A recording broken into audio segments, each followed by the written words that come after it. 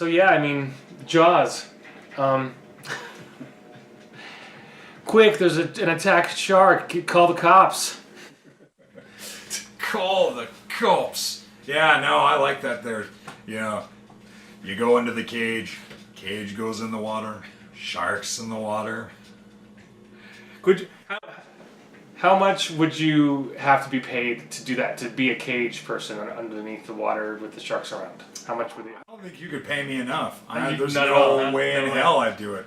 Yeah, I saw that trailer for that movie where the two girls get stuck in the cage, and I thought, well, duh. I've already seen open water, but I thought, yeah, that's why I won't do that kind of crap. I never saw open water, but it looked pretty. It's disturbing. You know what? I had it for a while. I watched it once, and I thought, it's a good thriller. I'll never watch it again, man. It's one of those films like Requiem for a Dream, where you're just like, it's just an hour and a half of watching people die, essentially. With less heroin. Yeah, no heroin. But for a movie with a very small budget, like they figured out a way to make a pretty tight thriller. People that are just trapped in the ocean, it's one of my biggest nightmares is being trapped in the ocean. So, oh my gosh. Without a raft or food or anything. Just stuck out there in the middle of nowhere doing the doggy paddle until you die. Yeah, pretty much. Basically, that's what happens in that movie. It's just terrible. So open water is worth watching at least once, but wow, yeah. I will never go on one of those expeditions or in a cage or any of that crap. SeaWorld. That's about as close as I'll get. SeaWorld. But like we were saying before, with Jaws, all you got to do is just call the cops. The cops will take care of you. Submarines.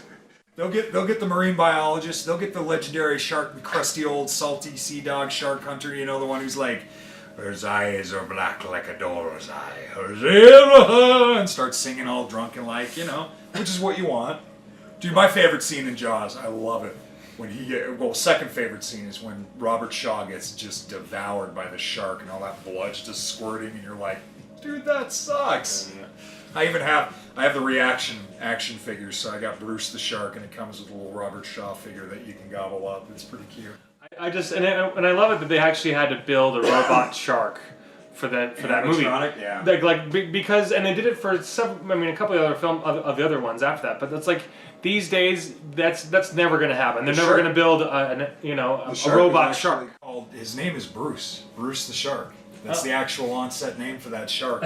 But the thing is the shark sucked so badly. It broke in the water. It was so bad that there were supposed to be more scenes with the shark. And Spielberg had to improvise, which is why you get a lot of POV shots and why you just see the fin. And that's actually what makes the movie work. I think if you'd seen more of the shark, you'd have been like, eh. So did it break down in production then? Many times. That movie, just like Close Encounters in 1941, Spielberg's not his first three films, but three of his earliest films, he ran in over budget and over time, and it got to a point where studios, even though two of those were successful, they were starting to go, I don't know, man. So that's why when he did Raiders, he was like, I guarantee you this movie will come in under budget and on time, and it did. Right. But hey, Jaws made it so that Spielberg could pretty much pick and choose every film. Like, he's never had to do any of the movies he's directed. He's never been forced to do. He's never been a director for hire. He has chosen to do those films. Yeah. Which doesn't happen very often. I mean, I think even it took Chris Nolan doing Batman Begins to even get to a point where he can start to pick and choose what he wants to do, so... Right. Well, except for like Tarantino, he's shopping his movie. He's shopping around to every studio. You heard about this? Well, yeah, dude. He lost his main backer with the whole Weinstein thing, with Harvey Weinstein being a scumbag. Like he lost the guy who regularly fronted all the money and gave him distribution. But you know what? Another interesting thing is, Bryan Singer's a huge fan of. Speaking of sexual predators, Bryan Singer's a huge fan of Jaws. He named his company Bad Hat Harry after a line in Jaws, where this guy is kind of talking to Roy Scheider's sheriff about, he's kind of ineffectual. Or I forget what exactly he says to him, but he looks at the guy and he's got a swimming cap on. He goes, "That's some bad hat, Harry." And that's how the name of a production company. I don't know if Bryan Singer really is a sexual predator cop. It's not like a history of these things with Weinstein. So I don't want to put him in the same category until all the facts are in. So just to clarify.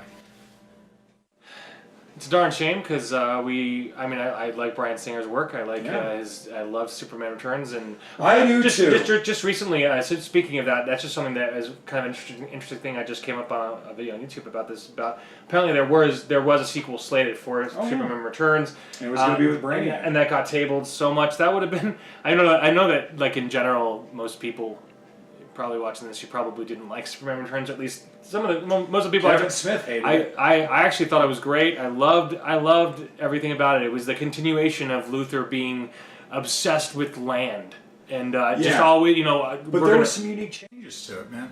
It's one of those films that I think parallels the original Richard Donner Superman film, and that's what people got frustrated with because they thought, it's 2006, it'll just be all special effects and Superman, but 30 minutes of non-stop action, kind of what they did in the last half of Man of Steel, which is fine.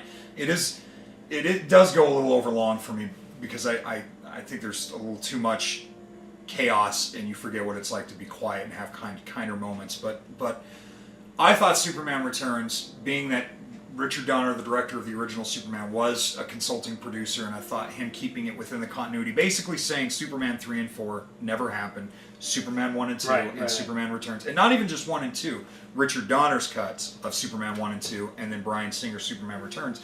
And Bryan Singer's idea was, because if you notice, the running time of Superman Returns is the same running time as the director's cut of Superman with Christopher Reeves.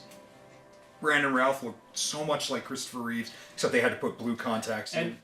And his mannerisms and everything. Yeah. He kind of became the Christopher Reeve Superman. Without just doing an imitation too. Like he just did it naturally. Yeah. And it has the same sort of build up too. There's the same momentum, and yes, Lex Luthor is still going for the land grab, but here's one of the things where it was going to change. Bryan Singer always promised that if he got a second Superman movie, he'd go all Wrath of Khan. And what he means by that is the first one's the setup, the second one, like Superman and Superman 2, Superman 2 is all action compared to the first one, right? So it would have been Brainiac, and it would have been Lex Luthor moving on from the land grab since he inherited the woman's money in the beginning of the film. By the way, that actress was the actress who had originally played Lois Lane in the Adventures of Superman 2 with George Reeves. He would have actually now started LexCorp and had moved on to technology and selling illegal arms, but still keeping a legitimate face. And then had they, gone on from there, he might have gone into politics like he did in the comic books where he becomes president. But I really think that, Superman Returns wasn't a box office disaster. It just didn't earn the money that Batman Begins did. So they went, we don't want to invest in that. And I kind of feel like, as much as I like what they're doing with the DC movies now, had they let Bryan Singer's second Superman come out, I think it would have been we would have had more Superman and Batman movies. We would have had a different thing. Yeah. Because more, people would know who Brainiac is. It's like, we haven't seen Brainiac in a film yet. It's, 2018. Come on, people. Well, it took us until 2017 for Wonder Woman to finally get her own movie. And she's been around since 1941, so let's catch up here, folks. Yeah. But personally, Superman Returns, very underrated movie, and Jaws, very great movie. And they're going to have a sequel together. Yeah. It'll be Superman versus Jaws. No, Superman versus Jaws versus Ash.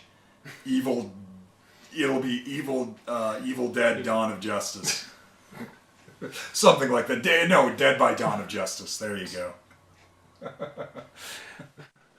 I'd love to write the score for that one.